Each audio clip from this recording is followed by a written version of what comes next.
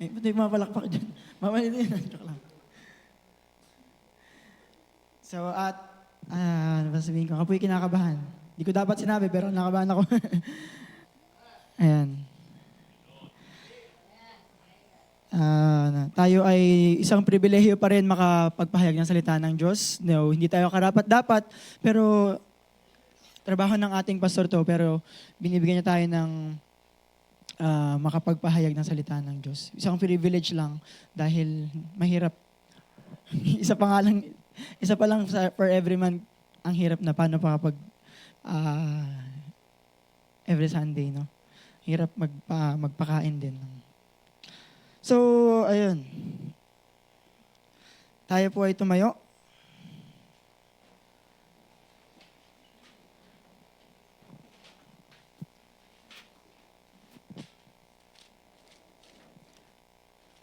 Basahin po natin ang 1 Timothy 2:1-5.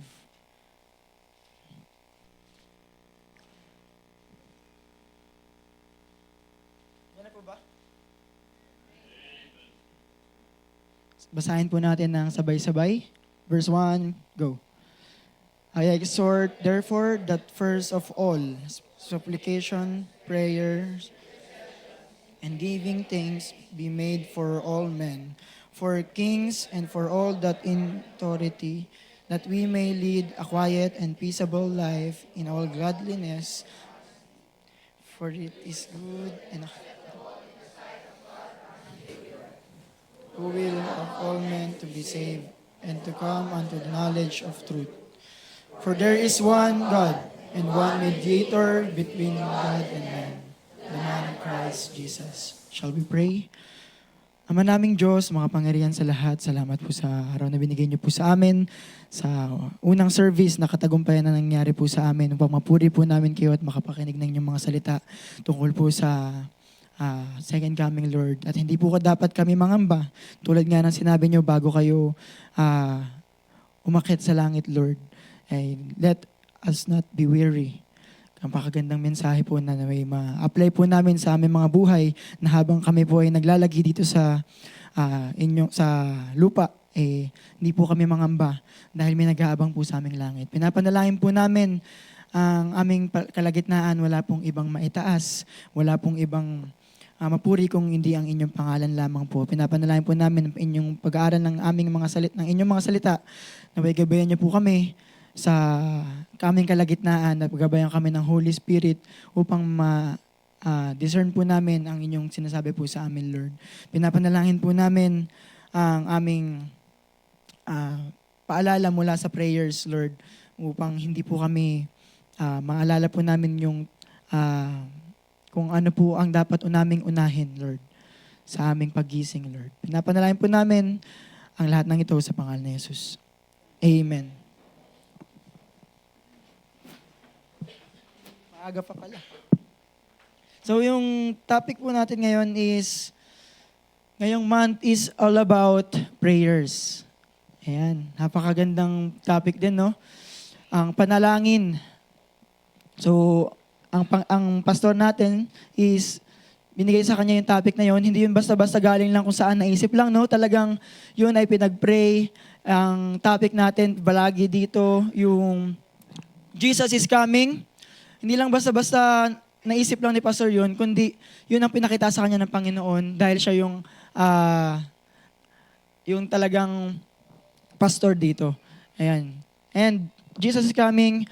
Ang ating topic ngayon is all about prayer. Marunong po ba tayo manalangin? Amen. Simula pagkabata natin, tayo ay tinuruan ng ating mga magulang kung paano manalangin. Tama po ba? And hindi na lingid sa ating kaalaman kung paano mag-pray, kung paano mausap sa Panginoon.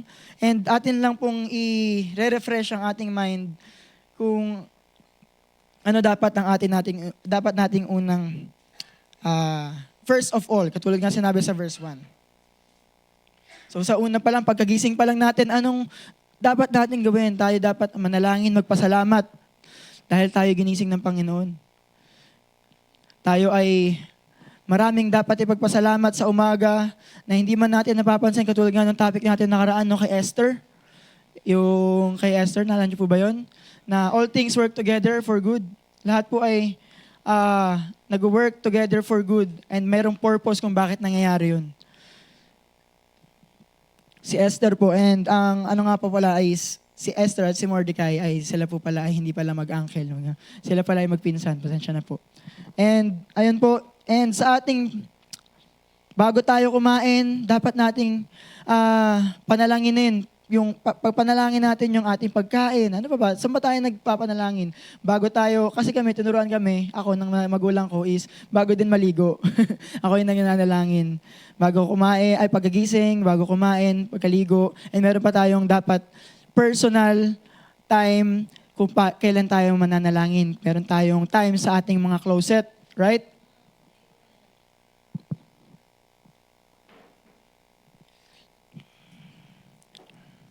Merong mga times, aminin man natin sa hindi, is merong times na hindi natin nakakaligtaan natin ang panalangin. Tama po ba? And then, dapat hindi natin nakakaligtaan yon. And gaano ba kahalaga ang panalangin sa atin?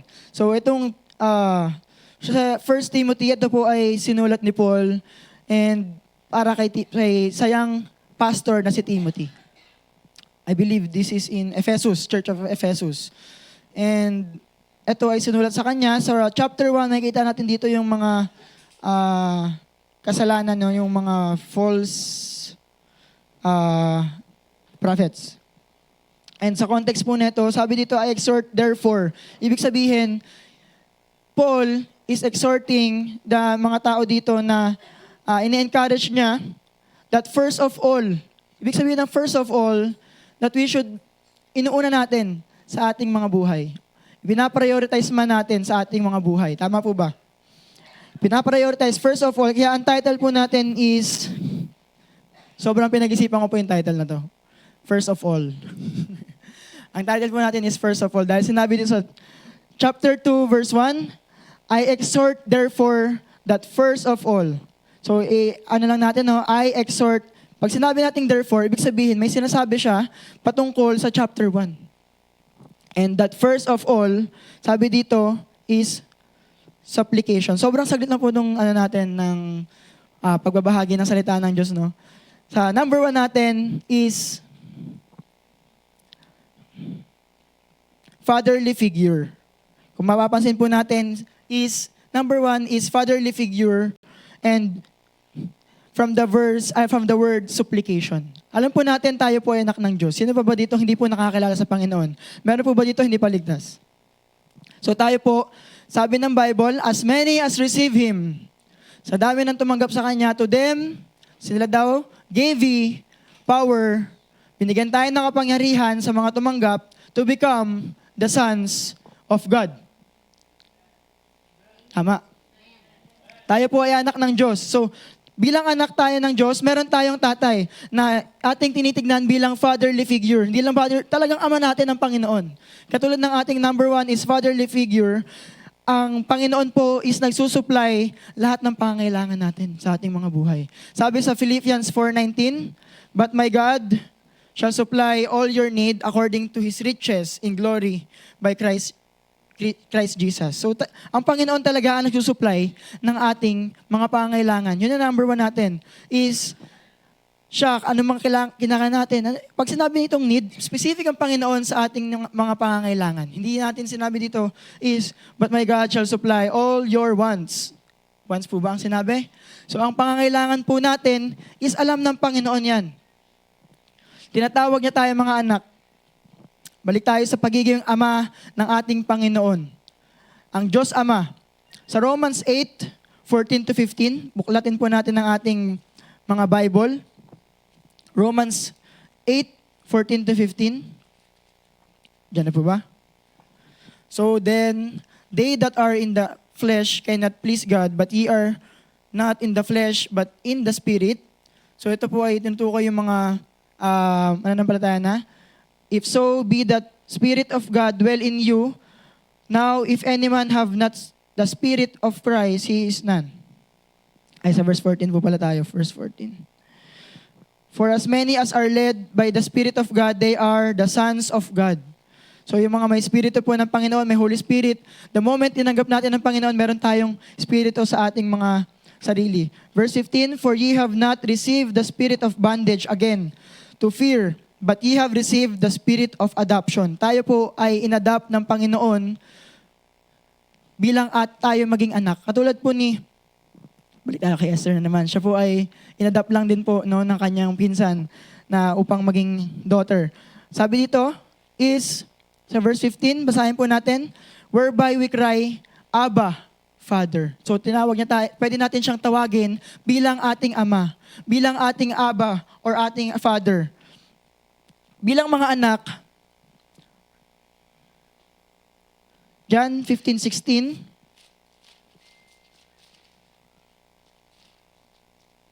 buksan po natin ating Bible sa John 15:16. "Henceforth I call you not servants, for the servants knoweth not what his Lord doeth, but I have called you friends."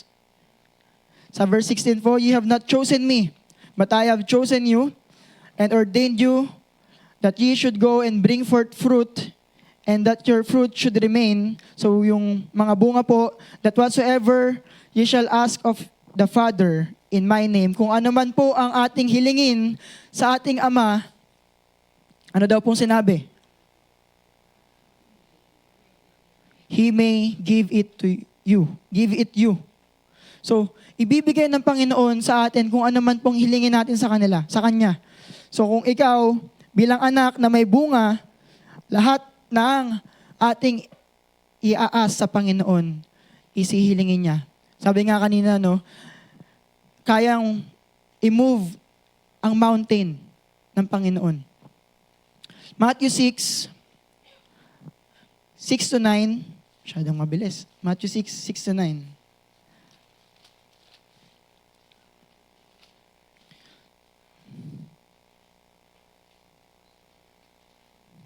Diyan na po ba? Ayan. "But thou, when thou prayest, enter into thy closet." Sabi. Enter into thy closet, and when thou hast shut thy door, pray to thy Father. Sabi. Tayo ay manalangin sa Panginoon at meron tayong sariling mating mga, alam niyo yung room or time na tahimik pag tayo nananalangin. Meron po ba tayong ganun? Dapat meron po tayo dahil nakasulat po yan sa Bible na we should have time, enter into thy closet, and thou hast shut thy door. Sarado natin. Kung tayo ay naiingayan sa paligid, dapat meron tayong personal na time para sa ating Ama. Makipag-communicate sa Kanya, that which is in secret, and thy Father which seeth in secret shall reward thee openly. So it is biblical na meron kang time para makapagpanalangin at may lugar, may oras dapat. Huwag nating kalimutan yung first of all na sinasabi dito na supplication. First of all, supplication, intercession, and yung prayers and thanksgiving sa 1 Timothy 2, verse 1. So napakasarap manalangin ng walang iniintinding maingay sa paligid. Pag may dumaan na tricycle, maingay, di ba? Napakasarap manalangin yung hindi mo na kailangan may nakakakita sa'yo. Ganun dapat ang tunay na prayer. Katulad nga ng sinasabi ko palagi, Christian really is a Christian when he is alone. Ikaw ay talagang Kristiyano, na matatawag kang Kristiyano talaga, kung ginagawa mo yung mga sinasabi ng Panginoon nang ikaw lang. Kasi pag may nakatingin sa'yo, madali lang yan right? Tama po ba? Kapag manalangin ka dyan, yung prayer mo is napakatalinhaga pa.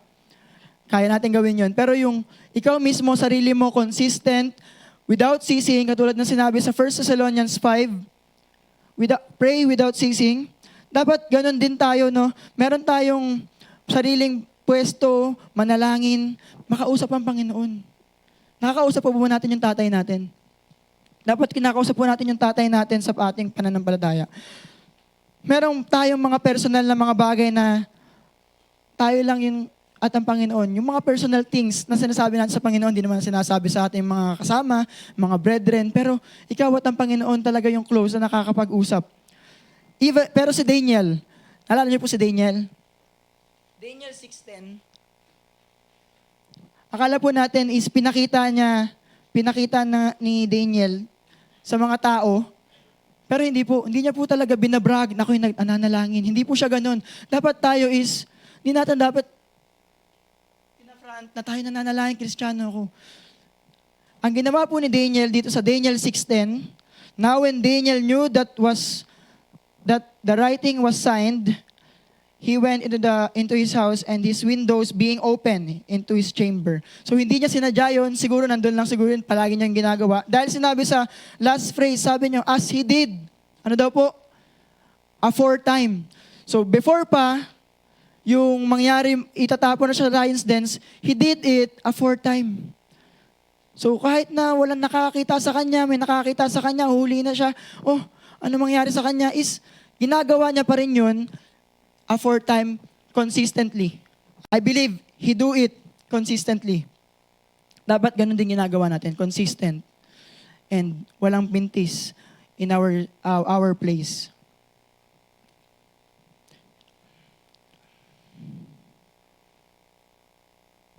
Sa verse 11, verse 11, Daniel 6:11. Ayan. Ayan. Then these men assembled and found Daniel praying and making supplication before his God. So humingi pa rin siya ng supplication sa Panginoon na malagpasan niya yung pagdaraanan niya. Siya itatapon sa lions den, kayo kaya itapon sa lions den. Mahirap isipin na ganun, kaya nilalapitan niya ang Panginoon sa kanyang mga problema. Balik tayo sa verse natin. Matthew 6. Ayan. Sabi dito sa next. Sabi dito, di ba, sa verse 6, is, pray to thy Father which is in secret, and thy Father which seeth in secret shall reward you. Verse 7, and when you pray, use not vain repetitions, as the heathen do, for they think that they shall be heard for their much speaking. So hindi dapat tayo manalangin ng paulit-ulit. Before, nung ako po hindi pa po nakakilala sa Panginoon, no? And ayaw po ay nasasama-sama sa ganyan. Alam niyo po ba yung, ano ba yun, 10,000? 10,000 Hail Marys po yata ang tawag doon?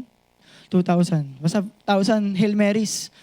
And yung iba po talaga doon, hindi po talaga sila nananalangin.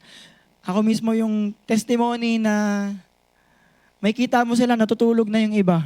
May hawak na mga rosaryo. At sana po hindi po tayo natutulog kapag sa pakikinig ng salita ng Diyos. Sa pananalangin, hindi po natin nakakatulugan yan. Marami ang ayaw ng ganun dahil akala nila walang mangyayari. Pero may mga ganun times talaga na paulit-ulit, it is vain. Ibig sabihin ng vain, walang kabuluhan yung ginagawa ng paulit-ulit mong ginagawa. Aba, Ginoong Maria, ganon. Napupuno, paulit-ulit talaga. 1,000 Hail Marys. Kasama ako dun, guys. Nakakahiya mang isipin, pero ako po ay tinalikuran na po natin yan. And sabi sa verse 7,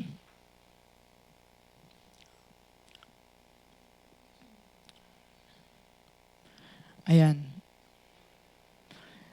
Kahit anong paulit-ulit ng panalangin natin, kung yung hindrance, katulad ng topic nakaraan, merong mga hindrance yan sa ating panalangin kung bakit di tayo sinasagot. Kung sinagot man tayo, no, wait, or yes. Kung hindi man tayo sinasagot, meron niyang dahilan kung bakit hindi niya nasasagot ng Panginoon. Hindi dahil hindi niya alam yung sinasabi mo, pero we know that He is omniscient. Yung kasalanan na namamagitan sa atin sa Panginoon, Isaiah 59:2. Yun yung kasalanan natin before, kaya hindi sila narinig ng ating Panginoon dahil sa kasalanan. Alam na alam natin yan. Yung mga unbeliever. Kaya sa atin, sa ating kalagitnaan, alam naman natin na dapat natin ma-assure sa ating mga sarili kung tayo ba ay ligtas. Muna, bago tayo manalangin. Baka hindi tayo baka hindi tayo anak ng Diyos. Kaya dapat natin makilala ang Panginoon. Kaya we should have fatherly figure. So continuation sa verse 8, Be not ye therefore like unto them. Huwag tayong tumulad sa Kanya, for your Father knoweth what things ye have need, and need of, before ye ask Him. Sabi dito, for your Father knoweth the things ye have need of, before ye ask Him. Alam natin yung mga ama natin, mga magulang natin, yung mga sanggol, umiiyak pa lang yan, alam na kailangan yan. Ay, dede, kailangan yan. Ay, meron yung dito, may kabag.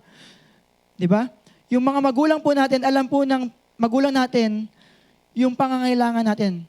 Ano pa pong, what if, yung Panginoon pa na ating Ama, same as God the Father, He knows all what you need. Bago mo pa tanungin, bago ka pa mag-ask, Lord, kailangan ko ng ganito, alam niya na yun eh. Ang kailangan niya lang, lumapit ka sa Kanya. Amen. Alam niya na yung mga sasaloobin mo, sasabihin mo pa lang sa Kanya, alam niya na kaagad. Sa tingin mo pa lang, nakaluhod ka pa lang, alam niya na yun. Before you ask Him, sabi dito sa verse 8, knoweth what things you have need of. Kung ikaw ay meron tayong nangangamba ang iyong puso katulad ng kanina, let not your heart be troubled. You believe in God, believe also in Him. Matthew 6:25. I-jump lang natin na onte. Therefore, I say unto you, take no thought of your life. So, sabi dito, is wag kang mangamba. Wag kang magwiri. Wag mong masyadong intindihin ang iyong buhay. What you shall eat, kung anong kakainin mo. Manangamba ka sa kakainin mo, yung pangangailangan ng tinutukoy dito. Pagkain, and what you shall drink, kung anong iinumin mo, yun yung necessity natin eh. Nor yet for your body, what shall you put on, kung ano yung susuotin mo, you put on. It is not the life more than meat, and the body than raiment. Now, verse 26, and the fowls of the air, sabi dito, for they sow not, buti pa yung mga ibon. Hindi sila nagtatanim, pero meron silang nakakain. Sabi dito, neither do they reap, nor gather into barns, yet your heavenly Father feedeth them. Yung mga ibon nga, pinapakain niya eh. Ano pa yung ikaw? Are you not much better? Mas better po ba tayo sa mga ibon? Ay, hindi po yata. Mas better po ba tayo sa mga ibon? We are better sa mga ibon. Dahil tayo is mas ginawa tayo ng Panginoon last at ginawa tayo after His own image. Tayo ay mas better sa kanila. Sa verse 27 is, which of you by taking thought can add 1 cubit unto his stature? So sino ba sa atin dito kapag nag-worry tayo tumangkad? Meron po ba makakapagsabi na makakapag-add sa ating stature? Sabihin niyo po sa akin para palagi na po ako mag-weary. Verse 28, and why take you thought for raiment? Bakit ka mag-aalala sa iyong susuotin? Consider the lilies of the field. I-consider mo yung mga bulaklak, yung mga lilies sa mga, ano yung field? Sa field. Sabi dito, how they grow, they toil not, neither do they spin. So hindi sila nalalanta, neither do they spin. 29, and yet I say unto you that even Solomon, biglang nabanggit si Solomon dito. So kung tayo nag-aaral dito, no, biglang nabanggit si Solomon. Ano po ba si Solomon? Siya ay yung isa siyang hari. Anong boses? Isa siyang hari. In all his glory was not arrayed like one of these. So yung pananamit niya is binibigay pa rin ng Panginoon and hindi siya yung sobrang magarbo. Not arrayed like one of these. Wherefore, if God so clothed the grass of the field, which today is, and tomorrow is cast into the oven, shall He not much more clothe you? So ikaw din, kaya kanyang bihisan. Kaya yung pananamit mo, yung kakainin mo, yung iinumin mo, huwag kang mag-alala doon dahil God will supply all your needs. Meron tayong ama, fatherly figure, na kaya mag-supply ng ating pangangailangan. Kaya dapat, first of all, is supplication. Verse 32. Sabi sa verse 32, for after all these things do the Gentiles seek, for your heavenly Father Know it that ye have need of all these things. Alam na ng Panginoon. So ito na yung sumunod na dito. Seek ye first. Kailangan mo lang isik palagi unang-una ang kingdom of God and His righteousness, yung kabutihan niya. Ano sabi? And all these things shall be added unto you. Napakagandang verse. From verse 25 to verse 34, na dapat makikita natin dito yung Panginoong Ama natin. Hindi tayo pababayaan.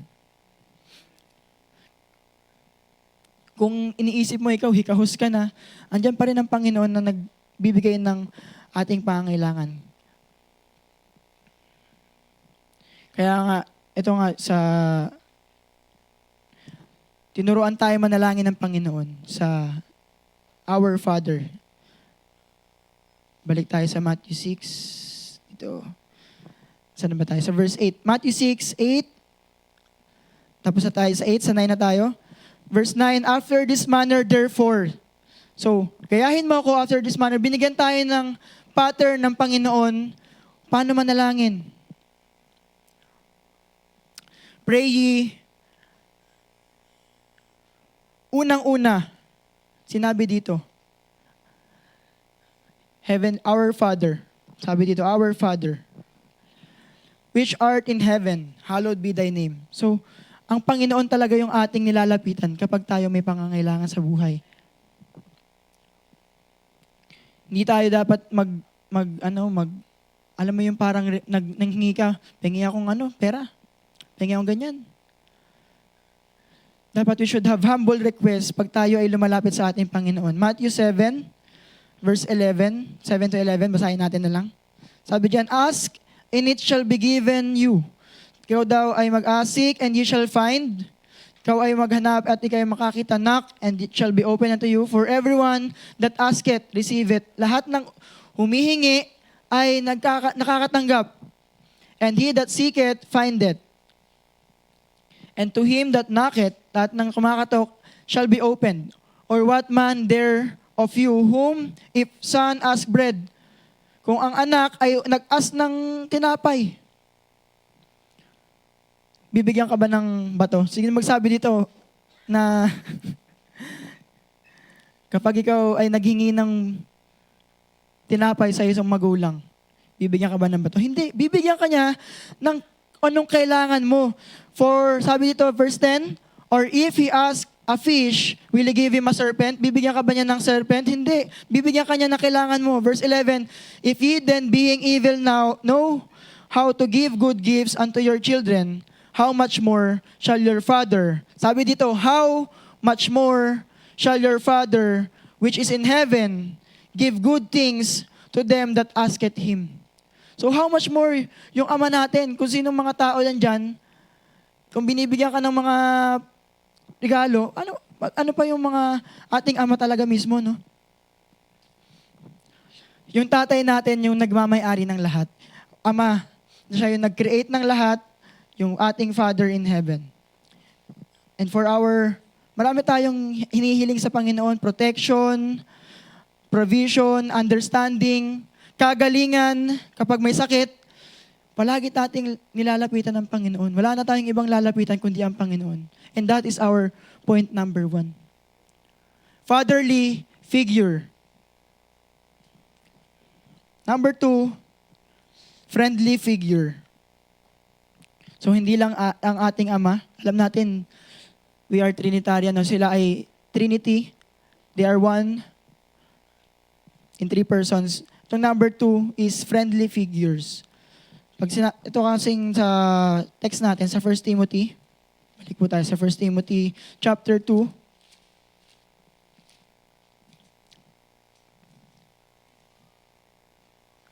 Ayan. First of all, supplications. Sumunod is prayer. So ito yung general prayer or communication with God. Meron tayong mga kaibigan na yung sobrang ka-close natin. Right? Meron po ba tayong kaibigan? Tingin po tayo sa ating kanan kaliwa. Kaibigan po ba natin yan? Dapat kaibigan po natin ng ating mga kapatiran. Meron po tayong sobrang ka-close sa atin, yung parang magtinginan pa lang kayo. Alam niyo na, may pag-uusap na sa mata niyo. Ay, alam ko na yung sinasabi na ito. So, ganon din, ang ating Panginoon po, kapag meron din po tayong mga friends na kapag nilalapitan natin, di ba?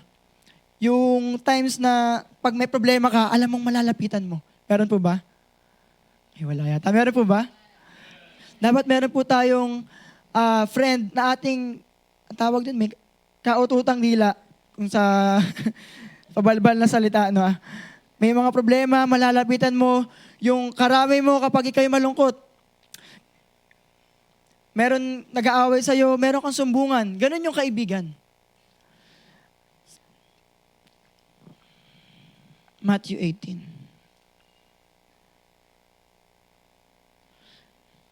Yung times na parang ikaw ay wala nang pupuntahan, alam mo yung sobrang down na down mo na, pero nandiyan yung friend mo. Alam niyo po ba is, na sabi dito sa John 15, sinawag tayo ng Panginoong Hesus bilang ating sariling mga kaibigan. Hindi ko kayo tinatawag. Ito ay kinakausap niya dito, ito po ay Last Supper. Henceforth, I call you not servants. Kausap niya dito yung mga disciples. For the servants know it, not what his Lord do it, but I have called you, ano daw po sinabi? Friends. So napakasarap isipin na yung isang Diyos ay kaibigan natin. Kinatawag tayo ng Panginoon bilang kaibigan. Jesus Himself, the Messiah, tinawag ka bilang kaibigan. Personal, kapag sinabi natin friend, very personal yan sa ating mga, pag narinig natin yung friend na word is very personal yan. Na tatawagin ka, kaibigan kita. Napakasarap sa pakiramdam nun. Hi friend, meron akong sasabihin sa'yo. Ako ay may problema. Ganito, ganyan. Ako ay nalulong sa, ako ay nahulog. Ako ay may problema. Napakasarap kaisipin. And yung word na friend is give us trust. It is a love-based relationship. Love-based relationship. Hindi lang siya sa relationship na naisip natin of with friends, we have love din. Sinabi niya ito sa mga mananampalataya and sa mga disciples. 2 Corinthians 6:14. 2 Corinthians 6:14. Sabi dito is, be ye not unequally yoked together with unbelievers, for what fellowship hath righteousness with unrighteousness, and what communion hath light with darkness. So dapat tayo, bilang mga Kristiyano, mananampalataya rin yung ating kasama. Hindi lang palaging kasama na nga natin sa work, kasama na nga natin sa classmates natin, ang mga unbelievers. Sabi dito, malinaw naman yun yung Bible, be ye not unequally yoked. Alam niyo po ba yung yoke? Yun po yung pamatok. Sa Pilipinas po kasi, kapag sinabing pamatok, single lang po yun.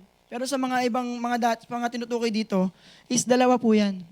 Na sila yung ng field, na nilalagay dito ng mga, dapat, same yung animals. Dahil kung maliit yung isa malaki, mahihirapan yung isa dahil hindi sila pantay. They are not equally yoked with unbelievers.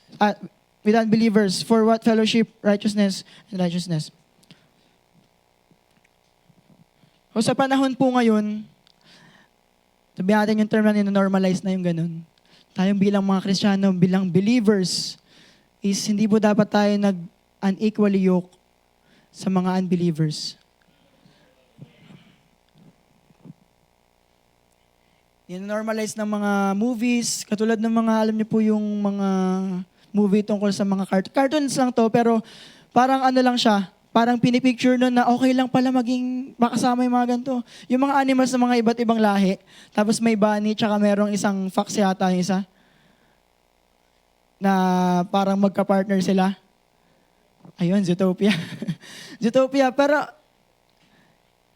ano lang yun, pero nina-normalize, parang nagiging way yun, para maging okay lang. Ay, okay lang pala maging, maki-ano ko sa mga gantong mga bagay. So, dapat, alam na natin tong verse na to eh. Be ye not unequally yoked together with unbelievers, for what fellowship hath righteousness with unrighteousness, and what communion hath light with darkness. Kung ikaw ay nasa liwanag na, nasa katuwiran na, bakit ka pa babalik ba't mo pa kakasamahin ng mga unrighteousness?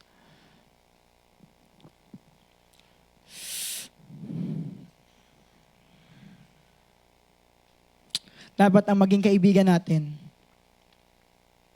walang iba kundi ang ating Panginoon.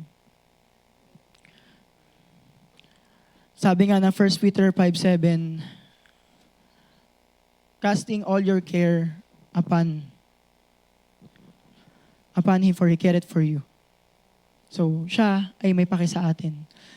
Akala mo yung mga iba kapag nagsasabi ka sa kanilang problema, wala silang pakialam. Pero ang Panginoon, kapag ikaw ay nagpipray sa Kanya, with sincere heart, na kayo lang nakakaalam eh. Napakasarap sa feeling na malabas mo sa kaibigan mo. Sa ating Ama, kaibigan mo pa yung mga problema. Psalms 34:17, the righteous cry, and the Lord heareth and delivered them out of their troubles.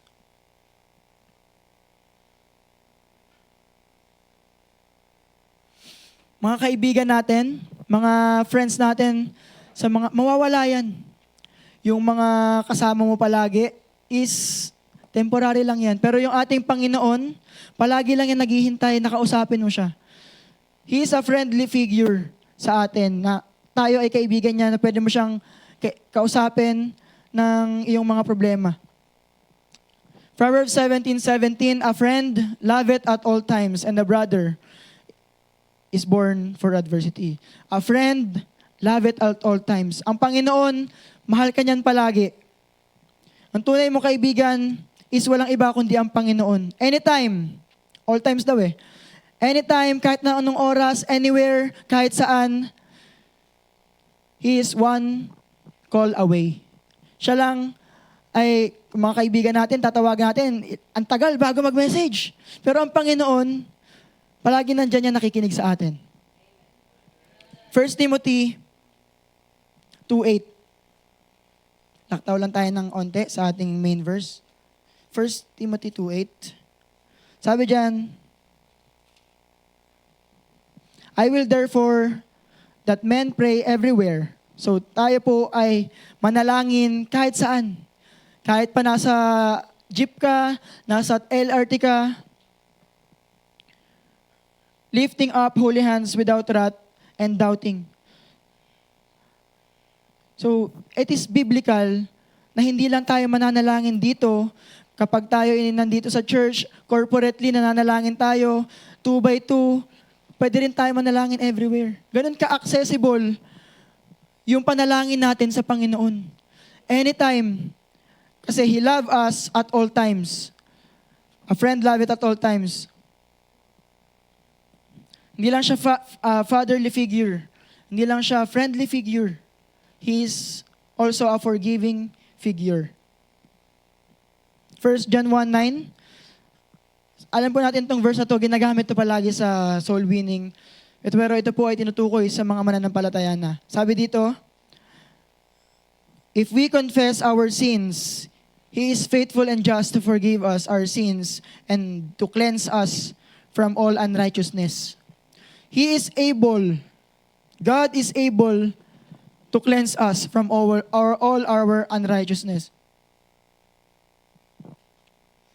Sa Mark 2 po tayo, makikita po natin dito sa storya na to, sa Mark 2, meron pong isang paralyzed man ang pinagaling ng Panginoon. Punta po tayo sa Mark 2, chapter 2, verse 2 yata yun. Ayan. Verse 1. And again, he entered into Capernaum. After some days, it was noised. So ang Panginoon po is talagang talamak na. Nung time na ito, sikat na yung kanyang pangalan. It was noised that he was in the house. Nasa certain house siya, nag-preach, and straightway many were gathered together. And nag-gathered na yung mga press. Yung ibig sabihin ng press, ibig sabihin yung mga crowd, nandun na, nakapalibot na sa kanya. In so much that there was no room to receive them. To the point na hindi na talaga kasya. Hindi mahulugan ng kurayom. Hindi mahulugan ng karayom yung place na yon. And sabi dito, not so much about the door, and they preach the word unto them. So nag-preach siya ng kanyang mga salita, and they come unto him. So merong lumapit sa kanya, bringing one sick of the palsy. May lumapit sa kanya with the sick of the palsy. Sabi dito is Pag palsy po kasi sinabi natin is, yun yung paralyzed person, parang hindi makagalaw, bedridden, which was born of 4. So buhat-buhat siya ng 4 niyang mga kaibigan. Born of 4. Verse 4, and when they could not come na, hindi sila makalapit, they could not come near unto him for the press. Sabi dito, dahil sa crowd na nakapalibot, hindi sila makalapit. Gusto nilang ilapit yung kanyang kaibigan para mapagaling. For the press, they uncovered the roof. Though they uncovered, ibig sabihin, yung roof kasi before, hindi siya yung times na ngayon na nakaganon. Siguro yung nung times na ito na nung pinag-aralan namin is, ano siya parang detachable, where he was, and when they had broken it up, they let down the bed. So yung kama, wherein the sick of the palsy lay, kung saan nakahiga yung paralyzed man, na binuhat nung 4, sabi dito sa verse 5, when Jesus saw their faith, nakita nila yung faith, sick, and said unto the sick of the palsy, son, thy sins be forgiven. Makikita natin dito, Jesus is able to forgive sins. Hindi ka lang niya kayang pagalingin, kaya kanyang patawarin, i-forgive yung panalangin. Kasi before, ano yung sinasabi nito? Kaya nakikita natin dito, sa yung 4, sabi dito, they raised, and immediately, verse 8, verse 7 muna, why that this man does speak blasphemous? Bakit blasphemous yung sinasabi nito? Sino bang nakakapagpatawad ng kasalanan? Kundi ang Diyos lang, di ba? Pero Jesus, ba't sinasabi niya yun? So ngayon, nagda-doubt sila, nag-reason sila within themselves. Kino-contemplate nila, iniisip nila kung bakit ganun yung sinasabi ng taong ito. And immediately, Jesus perceived in their spirit that they so reasoned within themselves. He said unto them, why reason ye these things? So alam natin yung, pansin po natin dito na nilapit siya is, Jesus is able to forgive sins. Katulad ng ating mga kasalanan, pinatawad tayo sa ating mga kasalanan. This verse is, this passage is, makikita din natin dito yung 4 na naging friends, na nag-effort para iakyat yung kanilang kaibigang may sakit. Pero, balik tayo sa topic. Alam natin si Jesus is able to forgive sins. John 4, sa John 4 po tayo. Balik po tayo sa John 4. Isa pong patunay na yung kasalanan mo is alam ng Panginoon. Hindi ka lang niya kayang patawarin dahil kahit ba before, sa John 4 po tayo, hindi ko makita yung John 4. Ayan. Sa John 4, 21. So meron po ditong isang woman, hindi ko na po pala isa-isa ng haba, is si Jesus Christ, sa verse 1, kung makikita po natin, meron silang disciples na kasama, and umalis po yung mga disciples, and nung si Jesus naman po is, there cometh a woman of Samaria to draw water. So sabi ni Jesus sa isang woman na ito, bigyan mo ako ng maiinom. Give me a drink. Give me to drink. So sa madaling salita, binigyan siya ng, sa verse, jump lang tayo. Sabi dito sa verse 16, Jesus said unto her, go, call thy husband and come hither. The woman answered and said, I have no husband. Jesus said unto her, thou hast well said, I have no husband, for thou hast 5 husbands, and he whom thou now hast is not thy husband, in that saidst thou truly. Nakikita po natin na bago pa, hindi pa alam ng Panginoon, hindi pa sinasabi ng babae, is alam na ng Panginoon na meron siyang kasalanan ginagawa. Sabi dito is meron kang kasalanan. Ay meron kang 5 asawa. Sabi mo wala kang asawa? Tama yung sinabi mo, sabi ng Panginoon. Tama ka. Tinanong siya Thou hast well said, I have no husband. Tama yung sinabi mo, wala kang asawa.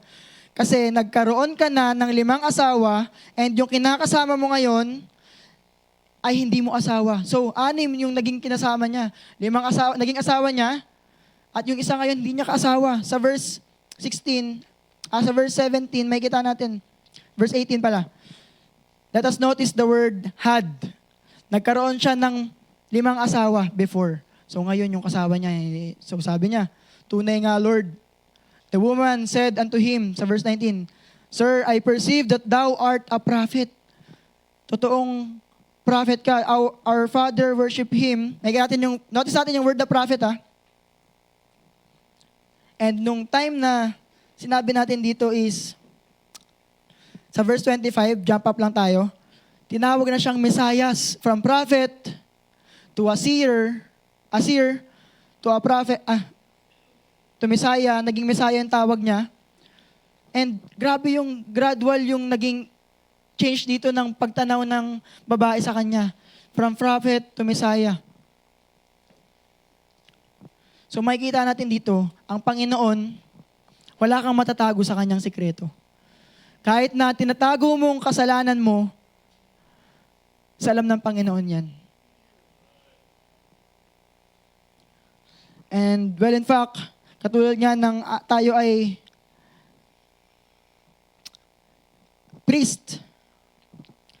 Before, ako din po ay nakaranas ng tawag doon, confession room. Hindi sa bahay ni Kuya. Doon sa confession room sa Catholic Church. Meron dong screen na parang naaaninag mo lang yung pare. And sabi nila, mapapatawa daw po kasi sa sinasabi ko. Sabi ko, ko doon, may mga kasalanan ako, nagsinungaling po ako nung nakaraan. Naririnig ng pare. Pero alam po natin, bilang Baptist, yung people doon, we are priesthood of all the believers. Tayo ay isang priest. Di ba before sa tabernacle, meron tayong high priest na tawag. Sila lang yung dapat makapasok sa Holy of Holies. And the moment na si Jesus Christ is namatay, yung curtain po doon, makapal na curtain yun kung pag-aaralan po natin. So bago tayo pala pumasok doon, yung priest, meron silang mga bells na maririnig mo talaga na na andun pa. Kasi pag hindi na tumutunog yung bell, yun na yung indication, ay baka wala na to.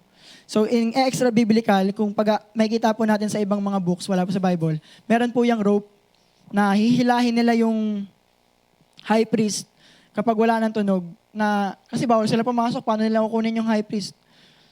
So yung priest, is the one able to enter. So gaanon din po, wala na pong, tayo po ay priest na din. Sabi dito sa priesthood of all the believers. Sa Romans.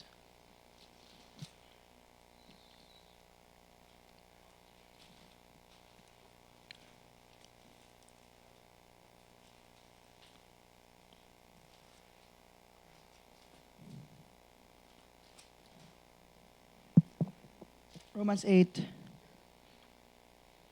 Ay, dito mo tayo sa intercessor pa. He is our intercessor. Romans 8:34. So we have a direct access. Yung priest ay hindi mo na kailangan dumaan sa isang mediator or manalangin at humingi ng tawad dahil ang Panginoon is pwede ka nang directly lumapit sa Kanya. Hindi mo na kailangan mag-confess kung kanino man, kay Mary, sa pare. We have a direct access sa Panginoon. Kapag ikaw humihingi ng tawad is we have a direct access. Sabi sa 1 Peter 2:9, But ye are chosen generation, a royal priesthood, a holy nation, peculiar people, that ye should shew forth praises. So meron po tayong tinatawag na we are priesthood of the believers, of all the believers.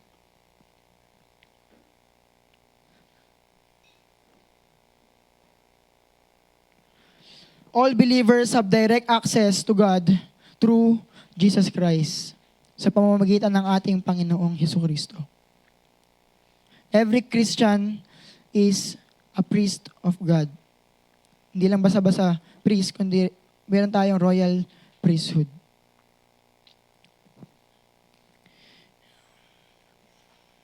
So, dapat tayo ay humingi ng tawad sa ating mga nagawa. Dahil kahit na anong tago pa natin sa Panginoon, alam niya lahat. He is omniscient. He is all-knowing. Na alam niya yung bawat kasalanan mo, hibla ng buhok mo, stars, kabisado niya yan. And dapat natin ihingi ng tawad yon. And di lang siya fatherly figure, di lang siya friendly figure, He is also a forgiving figure sa atin dahil pinatawad niya tayo bilang tayo ay makasalanan. We can access directly through Jesus Christ yung ating mga kasalanan sa Kanya. Sa Kanya. Number 4, fulfillment figure. Giving thanks. Yung ating pagbibigay pasalamat. Sabi nga sa 1 Timothy 2:1, I exhort you therefore, first of all, supplications, prayer, intercessions, and giving thanks. So pagbibigay ng pasasalamat, alam natin nung last month is meron tayong pagbibigay pasalamat sa Panginoon. And kabisado na natin yan. 1 Peter 5:18, in everything give thanks. Nabablanko ako.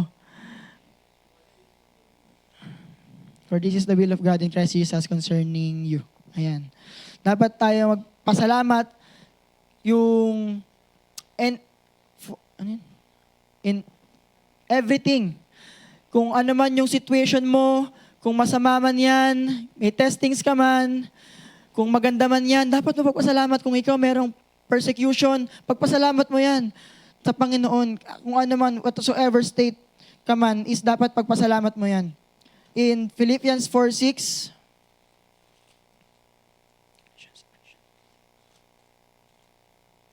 be careful for nothing, but in everything, by prayer and supplication, with thanksgiving, let your requests be made known unto God. So dapat tayo magpasalamat palagi sa Panginoon. Humingi ng may pagpasalamat. Kahit balik na lang tayo sa Luke. Naalala niyo po yung 10 lepers? Yung 10 lepers na yon, pinagaling ng Panginoon, kahit na alam niya na hindi na babalik yung 9. He is omniscient, right? He is omniscient kahit na alam niya hindi na babalik tong 9 na to. Pero pinagaling pa rin niya. Dapat tayo magpasalamat sa Panginoon katulad nung isa. Sabi dito sa sa Luke 17.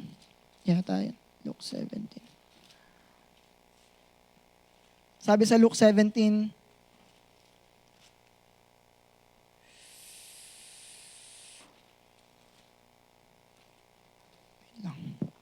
search natin.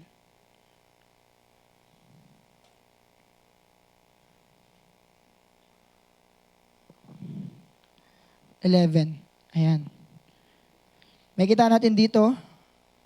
Luke 17:11.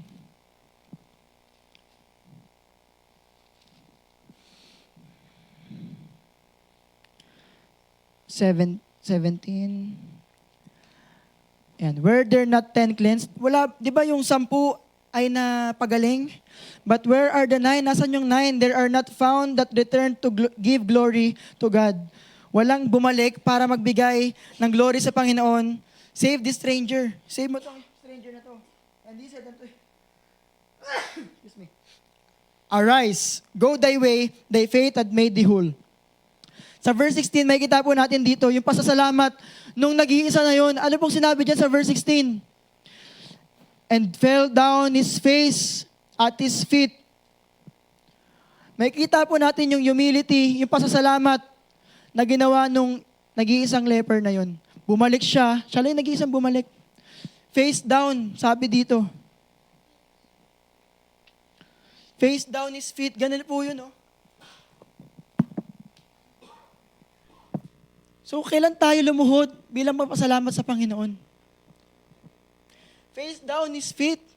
Dapat tayo magpasalamat sa Panginoon sa mga ginawa niya sa atin.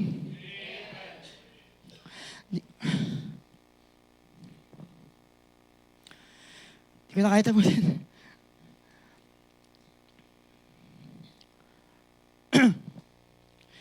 Napakaraming ginawa ng Panginoon sa atin. Hindi lang niya tayo niligtas. Hindi lang niya tayo binigyan ng ating pangailangan. Pinatawad niya tayo. Siya ay ating Father, siya ay ating friend, siya ay ating nag-fulfill ng ating mga prayer request natin, dapat natin ipagpasalamat. And yung 1 Thessalonians 2 is, sabi doon, gusto ko tapusin yung verse pero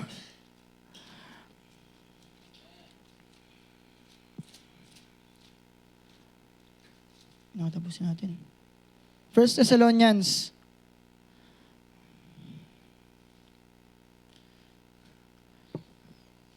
sabi dito sa verse 5 na lang, "For there is one God, merong iisang Diyos, and one mediator between God and men."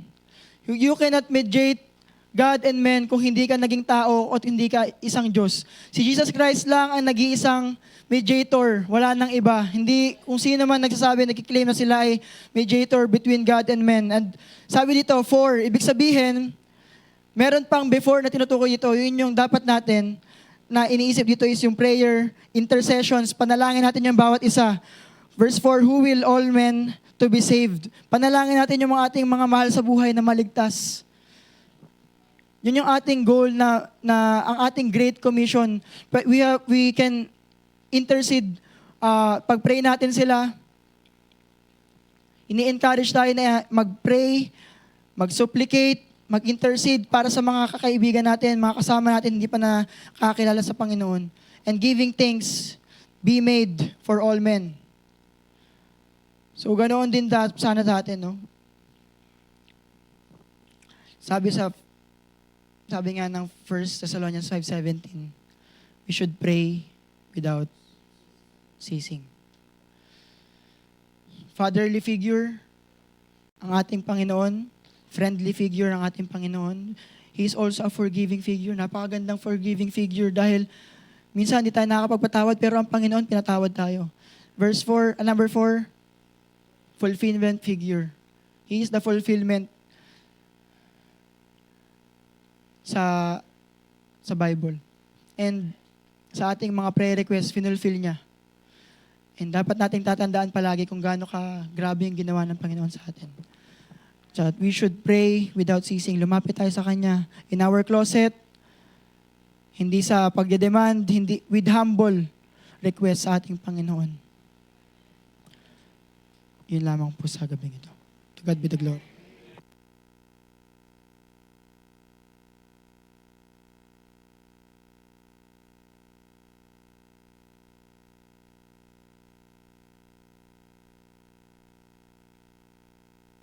Amen po. Amen. Daming verse, no? Yan ang talagang kailangan natin, madaming verse. Amen? Sabi nga, ang pinakagusto ko dyan sa nabanggit kanina is yung sa Matthew. If ye then, being evil, know how to give good gifts unto your children, how much more shall your heavenly Father give good things to them that ask Him. Amen? So sabi niya kahit nga nung Pasko, alam mo pag Pasko, pag mga season ng bear, dumadami ang crime ng ng nakawan. 'Di ba? Bakit? Anong ginagawa nila? Lalo na pag Pasko, daming scammer talaga. Ako nga, nabiktima din ako ng scam, pero 300 lang naman. Nagpakilala sa 300, no? So okay lang yun. Baka walang pangbigas, baka walang pero mali pa rin yung ginagawa nila, 'di ba? So yung mga taong yan, nang-i-scam ng 8,000, nang-i-scam ng... Ang daling online ngayon, di ba? Kasi transfer lang. Pagka-transfer mo, goodbye. Goodbye. Hindi mo alam, hindi pala legit, di ba? Maraming ganyan. So, ang nangyari, di ba? Maraming mga tao ngayon, nung bear months, pagdating ng bear months, ganyan. Bakit? To provide for their sa hirap ng buhay. Ginagawa nila yan. Tama po ba? Baka sa inyo may gumagawa, wala namang scammer po dito siguro. No. Huwag tayong ma-label na ganyan, amen? Na scammer, di ba? So, pambihira, mga halang ang kaluluwa. Pinaghirapan ng tao, okay, 5,000, 6,000, dahil online, isang transfer mo lang, boom, and then naka-block ka na. So maraming ganyan, amen? So ang dahilan nila, sobrang hirap ng buhay, para meron silang ayaw lumaban ng patas, meron silang panghanda ng Pasko. Isipin mo, no? Yung pinanghanda mo ng Pasko or New Year ay galing sa scam. Ayan ang sinasabi ng Bible na if ye, kung kayo nga evil, know how to give good gifts unto your children, how much more shall your Father which is in heaven give good things to them that ask Him. How much more yung tatay natin sa langit, di ba? Anak niya tayo di ba? So how much more yung tatay natin? Yan ang lagi kong naaalala pag usapang prayer. No? Pag usapang prayer, mabuti ang Diyos. Mabuti ang Diyos palagi. Sagutin niya man o hindi, in everything, give thanks. Akala nyo pang Thanksgiving lang yon? Yun ang panaga ko lagi. Lord, di nyo sinagot. Iba yung sagot nyo. Iba yung gusto ninyo. Salamat pa rin. Hindi ko nakuha. Salamat pa rin. Amen? Because if something na pinag-pray mo, hindi mo nakuha, maybe that is God's protection. And madalas, that is God's protection. You are leading, kasi pag nag-pray ka, yun na nga pag hindi niya binigay, protection ng Diyos yan. We must not be weary or tamarin na mag-pray or magtampo sa Panginoon. Because God's ways are not our ways. Diba? Yung kanyang pamamaraan ay hindi natin pamamaraan. Yung kanyang thoughts ay hindi natin thoughts. Kaya nga, wag mong turuan ang Diyos. Diba? Huwag natin turuan. Dahil pag tinuruan natin ang Diyos, hindi na Diyos yon. Ikaw na ang Diyos. Diba? Pero hindi. Hindi kailangan ng Diyos ng tagapagturo. Amen? Dahil alam niya po ang lahat. At wala pong lingid sa kanyang kaalaman. Lahat alam niya. Yung buong pagkatao natin. Amen? So pray. Pray. Pray. Huwag kang matakot. Yung iba naman, natatakot minsan sa kanilang pinagpipray. Diba? Yung iba naman, parang minsan kasi, pag nag-pray tayo, at the back of our mind, parang negative na kagad tayo. Kaya minsan hindi na natin pinagpipray. Tama ba? Naranasan niyo po ba yun? Na parang kahit pa parang pag nag-pray ako, parang at the back of our mind, nauunahan na ako ng negative. So hindi mo pinag-pray. Meron namang time na pinag-pray mo, pero you are just like wavering, just like yung sinasabi sa James. Na parang, andun ba talaga yung faith mo? Parang wala yung faith ko doon, pero pinag-pray ko lang. Tama? Kaya hindi sinasagot. Tama po ba? Sabi pa naman ng Bible, but let him ask in faith. So whatever we ask in faith. Amen? Maganda po yung topic na yan. No? Saka yung vain repetition na yan, yung 10,000 Hail Marys, ay naranasan ko din yan. Nagabubuhat ng Mama Mary. No? Sabi ko nga po sa inyo, yung ano po namin dyan, yung leader po namin dati dyan, na-confront ko po yun. Hindi ko makakalimutan yung sinabi niya. Binabago na nga natin yung mga katuruan ngayon. At least tinatama na natin. So, ilang taon nang mali. Ilang taon na yung sobrang laking religion na yan. Ibig sabihin, maraming dinala sa impyerno. Tama po ba? Kaya nga, ngayon may prayer meeting na sila. Ngayon may Bible study na sila. Opo. Sana po talagang totoo yung kaligtasan, pero hindi pa rin Hindi pa rin. Kasi kung talagang Bible sila, wala silang pare-pare dyan. Walang di ba? Dahil lahat tayo pare. Aware ba kayo? We are all priests. And we shall reign with Christ in connection being priests and kings in the earth sa Revelation. We shall reign with Him. Tama po ba? Kung gusto nyo ng verse, nasa Revelation po lahat yan. No? Matibay yan na sinabi na tayo ay priests. At sa Hebrews, matibay din na sinabi na tayo po ay priest at meron tayong iisang high priest. And that is the Lord Jesus Christ. Kaya hindi ni-discuss niya kanina sa tabernakulo during the Old Testament, merong isang high priest na pumapasok doon sa Holy of Holies. Silang lang yung may karapatan doon, yung high priest. Hindi pwedeng pumasok ang sino man doon, high priest. At kapag yun ay hindi na tumutunog yung kanyang bell sa paa, ibig sabihin nung patay na yon, hindi tinanggap yung offering ng Israel once a year, hihilahay na lang yung high priest palabas. Pero kapag naman tinanggap yung offering, merong Shekinah glory na tinatawag, ayun, sobrang saya ng mga Israelites during that time. Pero nung si Jesus Christ ay dumating, nung dumating na siya, He entered once into the Holy of Holies. Sabi ng Hebrews, in-offer niya yung sarili niya. Yun po ang turo ng Bible. Amen? So kaya, wala na tayong ganun-ganun ngayon. Amen? Ang hirap kaya ng dati. Para mapatawad ng kasalanan mo ay hindi ka diretso sa Panginoon. Ganun ka muna, lay hands ka doon, di ba? I-transfer mo.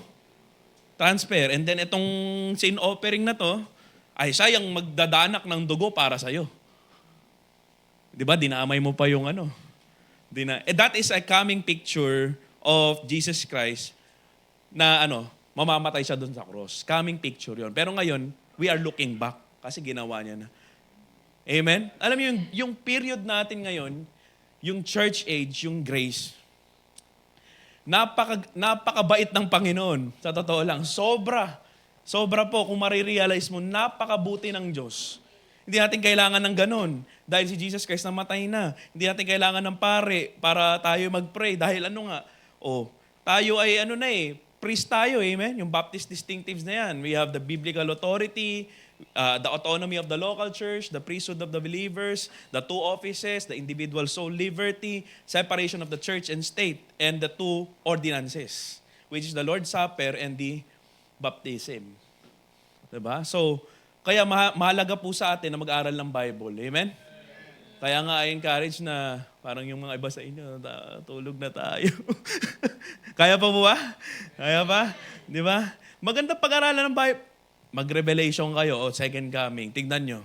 Makikita nyo kung ganong kagaling ang Diyos siyang author ng Bible. I believe, pag binasa nyo talaga, pag pinag-aralan nyo. Amen? Walang tatama rin dito na magsimba. Kasi alam mo na in the end, victorious tayo.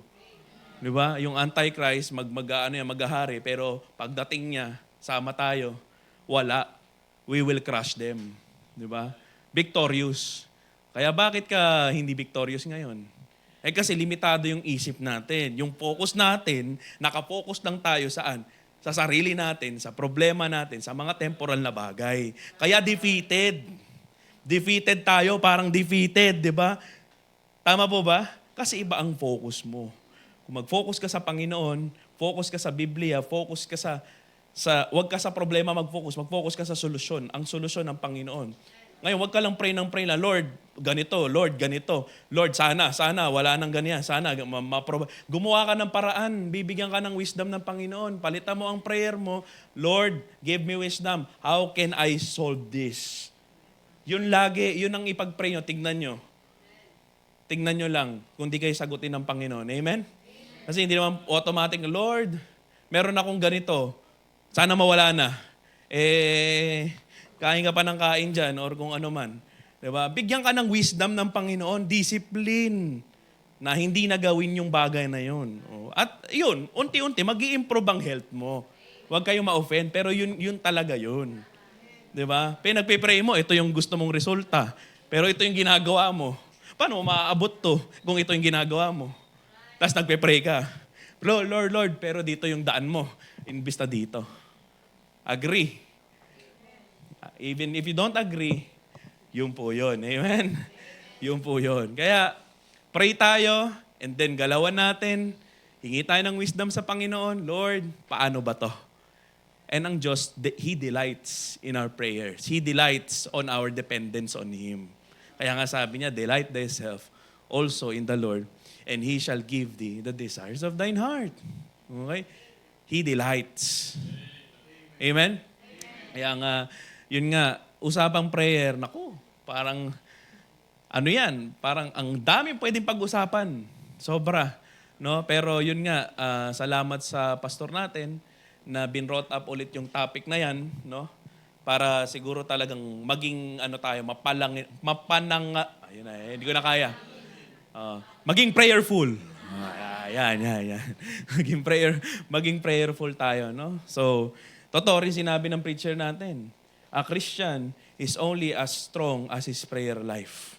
Kapag nag-iisa ka na, anong ginagawa mo? Diba? Madaling mag-pray ng marami. Pero pag mag-isa ka, anong ginagawa mo? Kaya mo bang consistently manalangin? Kaya mo consistently magbasa? Kaya mo consistently mag-witness? Yun ang labanan. Yun talaga ang tunay. Kasi kung kaya mo, if you are in a group, mag-soul winning kayo, walang problema yon. Kayang-kaya mo. Pero ang totoong labanan, kapag mag-isa ka. Amen? Kaya nga, pag mag-isa ka naman, wag ka namang emo or wag ka namang masyadong maging emotional, di ba? I'm lonely. No one cared for me.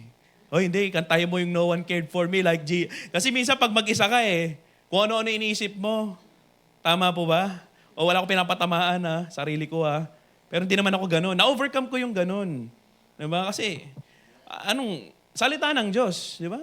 Sabi ng Bible Be careful for nothing. Sabi na ng Bible yun be careful for nothing. Ang kulit natin, kung ano yung sabi ng Bible, hindi natin ginagawa, di worry-worry ka pa rin. Sabi ng Panginoon, who among you, by taking thought, can add one cubit to his stature. Sige nga, anong dulot pag inisip mo ng inisip yan? Diba? So, it's up to us, mga kapatid. Ang buhay ng Kristiyano, masaya. Masaya yan. Bakit masaya?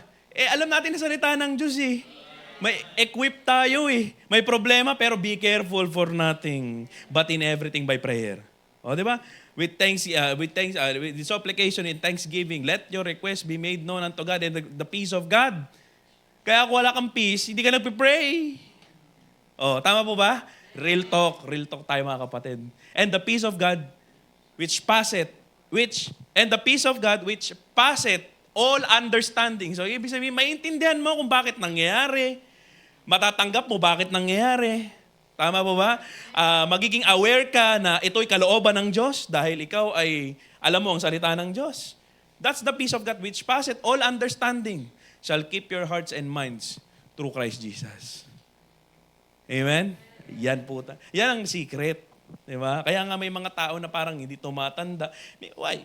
Kahit bumabagyo na, kahit nagkakaanuhan na dito, nagkakagerahan na, chill. Why? The Lord is with me. I shall not want. The Lord is my shepherd. I shall not want. Di ba? Kung siya ang aking shepherd, wala akong kawala sa mata niya. Yan. Ganun po yung pag pinagparalan talaga natin. Kaya nga pag prayerful ka, yan parang antidote talaga yan sa depression or sa anxiety. 'Di ba? Antidote yan. Pray ka na ng pray. Pray ka ng pray. Pray. Masaya ka, pray ka. 'Di ba? Mahirap din minsan pag masaya ka, di ka na nagpe-pray. Mas lalo ka mag-pray. Mas nakakatakot yun kasi baka hindi mo alam bukas, iba. Pag ikaw ay maluba ang pinagdadaanan mo, mag-pray ka. Prayer is a lifestyle. Just like Thanksgiving. Amen? Naku, ang dami kong pwedeng sabihin about this. At alam na natin, ang dami na nating preaching na narinig about this. Pero minsan, aminin na natin mga kapatid, kahit pa ulit-ulit, minsan, hindi natin nakukuha. Tama ba ba? Hindi natin na-apply. Tama ba ba? Kaya minsan, paulit-ulit na lang. Sige, yan na naman. Tapos ang attitude pa natin, alam ko na yan, sinasabi mo Alam mo na nga, pero na-apply mo ba? Yun. That's the question. Diba? Kasi kung Philippians 4:6-7 lang talaga na-apply mo, pati 1 Thessalonians 5:18, lagi ka nandito sa church. Lagi kang masaya. Amen? Yun lang talaga yun Alam mo yung Bible Diba? Kung alam mo talaga yun, na-apply mo yun, walang kumbaga parang magkaroon man ng stress, wait lang. Pwede ako magalit, pwede ako sumigaw, 1 minute. Pero alam ko, in control ng Panginoon yan, pwede ako umiyak ng konti, pero alam ko, bandang huli, idadaling ko pa rin sa Panginoon yan. Ganun palagi. Just hold on. But they that wait on the Lord shall renew their strength. Diba? Yan ang sabi ng Bible. Wait, I say, on the Lord, and He shall strengthen your heart. Sa Psalms. Diba? Kaya nga sinabi rin ni David, my flesh and my heart faileth, but God is the strength of my heart. Why? Because he is prayerful. Si David ay prayerful. Amen? Even ang Panginoon natin, matindi ang panalangin. Hindi na pawis Diba? Dugo na Diba? Matindi yun. Kapatid, diba? So, yung mga disciples din, sinabi nila, Lord, we cannot cast out devils. Bakit? Kasi di kayo nagpe-pray and fasting. Yan. Di ba? So marami pong dyan, lessons about prayer. Di ba? Naalala ko dati meron kaming pamphlet niyan Ang nakalagay dito sa diadem yun The Master Secrets of Prayer. So pwede yun sa mga bagong mananampalataya. Maganda po pag-aralan. Ewan ko kung meron pa. No, pero natatandaan ko yun. Doon po kami natuto. Yung mga, binabasa ko yun, yung adoption, yung regeneration, yung repentance, yung mga basic Bible doctrine dati noon. No? So, yun. Kaya mga kapatid, let's pray. Let's keep on praying. Be prayerful. When you are in the ministry, be prayerful lalo. Be prayerful. Just pray. Just pray. No, whatever situation you have, pray. Praise Him. Praise Him. Praise Him. Kanta tayo na. Praise Him.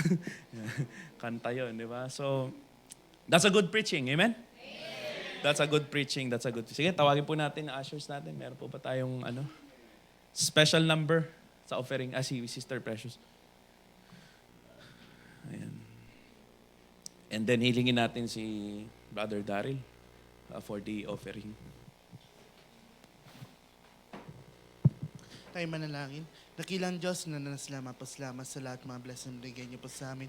Salamat Panginoon sa inyong salita patungkol po sa panalangin. Dalangin ko po Panginoon din na pagpalain niyo po aming pagpibigay para rin po sa inyong gawain Panginoon. Muli Panginoon, salamat po sa lahat. Pinupuri ka namin Panginoon at pinapasalamatan sa pangalan ni Jesus.